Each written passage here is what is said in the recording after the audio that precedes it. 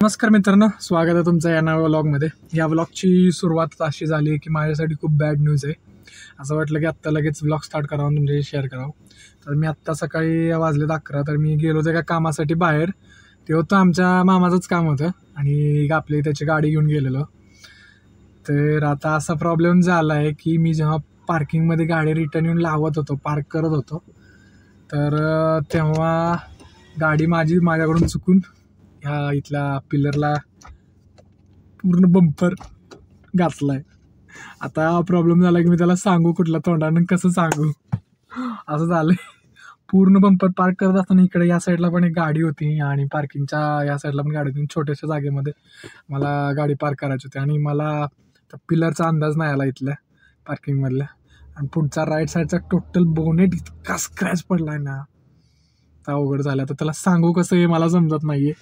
मला त्याची भीती वाटते बाबा. त्याला एवढी गाडी प्रिय आहे ना, त्याची एवढी फर्स्ट गाडी आहे त्याची स्वतःच्या जण घेतली तिने. त्याला कुठल्या तोंडाने सांगू, काय करायचं मला समजत नाही. तर माझ्या डोक्यात अजून एक असा प्लॅन आला की त्याला न सांगता माझं मी डेंटिंग पेंटिंग करून घे.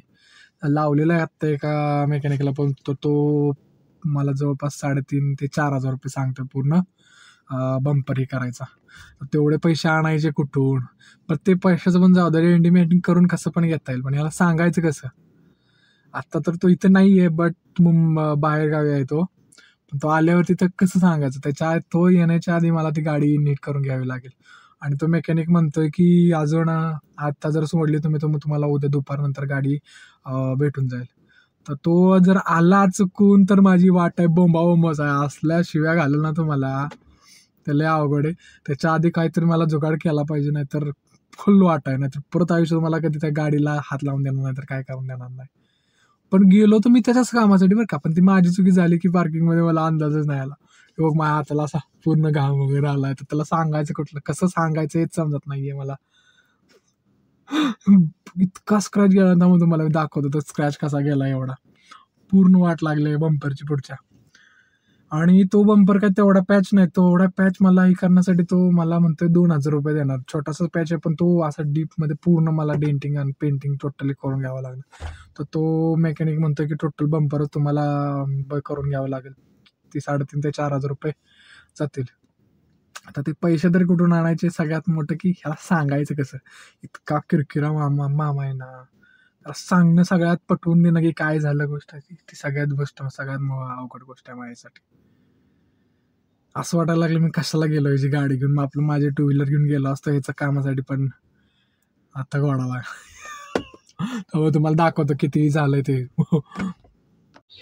हे बघा किती झालंय, तुम्हाला दाखवतो. हे बघ, पूर्ण ही गाडी आहे ना या पिलरला, इथल्या पिलरला घासली, अशी खडबडीत आहे, त्यामुळं टोटल गेलंय.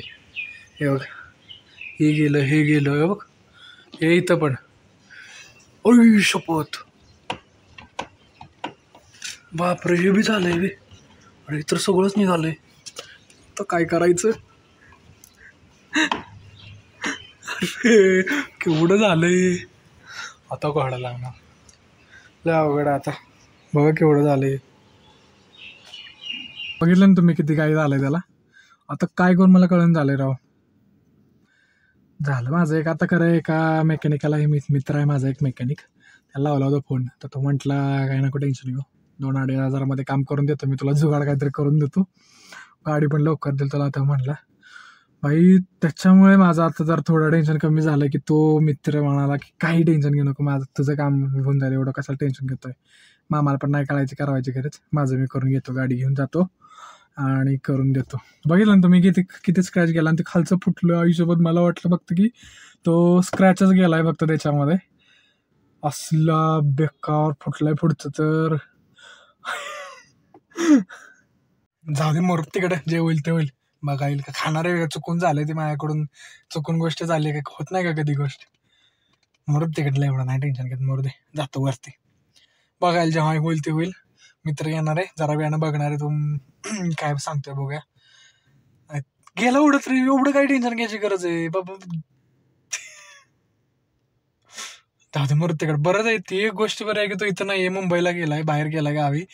तर नाहीतर लय वाट लागली असतं इथं असताना. आणि प्रॉब्लेम एक असा झाला की त्याचा इन्शुरन्स ना मागच्या एक 10-15 दिवसापूर्वी संपला आणि आता तो रिन्यू करायसाठी पण नाही आला. त्याला नवीन एक इन्शुरन्स डबल एकदा इन्शुरन्स काढायचा तर त्याच्यासाठी तो माझ्या मागे लागला, गाडीचे इन्शुरन्स करून घे. तर त्याच्याच कामासाठी बाहेर गेलेलो घेऊन गाडी. आणि इन्शुरन्स करून घेण्याच्या आधी बोंबाबोंब झाली.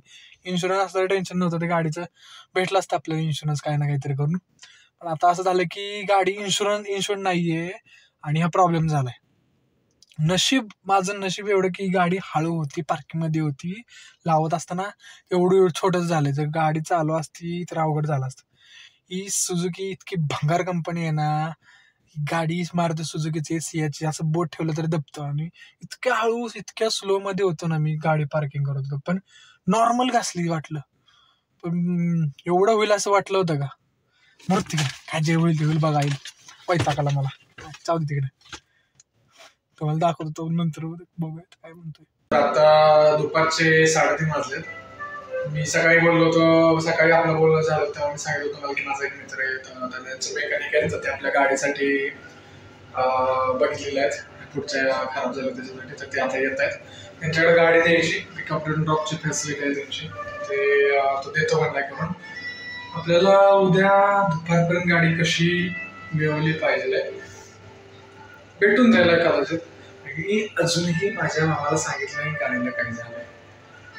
मी गाडी करून घेतोय, आता ते आलेत, त्यांना गाडी देऊया, मग काय टेन्शनचं काम नाही, उद्या पण भेटून जायला.